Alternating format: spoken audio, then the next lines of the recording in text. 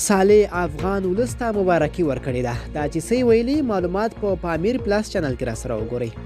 صالح مبارک مشه د افغانستان نړیوال استازیتوب جمهوریت ته پاتې شو. د افغانستان د بیاواکه شوي ولسمشر محمد اشرف غني لومړي مرستیال امرالله صالح خلکو په ځانګړي ډول د طالبانو پر وړاندې مبارزه کوونکو ښځو ته د ملګرو ملتونو د هغې تازه پریکړې مبارکي ویلي چې له مخې په دغه سازمان کې د افغانستان د استازیتوب څوکۍ طالبانو ته نه ورکول کیږي. صالح لیکلي چې په دې ډول به په ملګرو ملتونو کې د افغانستان د استازیتوب څوکۍ د افغانستان له اسلامي جمهوریت سره پاتې شي.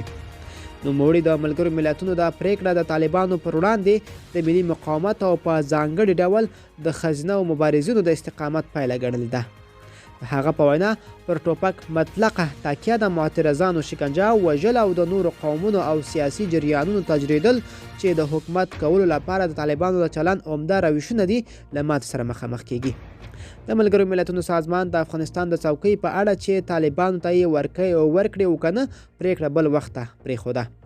په دې توګه تر هماغه وخته یا د څوکۍ د افغانستان د پرځول شوي جمهوري نظام له استازي غلام محمد اسحاقزي سره پاتې شوه.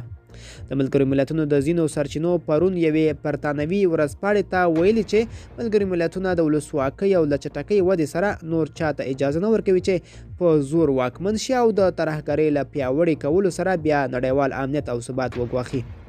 دغه ورځپاڼې ویلي چې طالبان په هغه صورت کې نړیوال رسمیت او ملاتړ پیدا کولی شي چې د ځان د اصلاح لپاره نړیوال شرطونه ومني.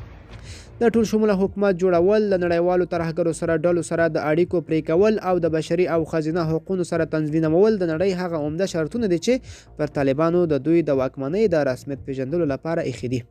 طالبانو بیا دا شرطونه ردوي او ټینګار لري چې هم یې حکومت ټول شموله دی، هم ترهګرو ډلو سره اړیکې نه لري او هم یې بشري او ښځینه حقوقو ته تر ټولو نړیوال ښه تامین کړي دي.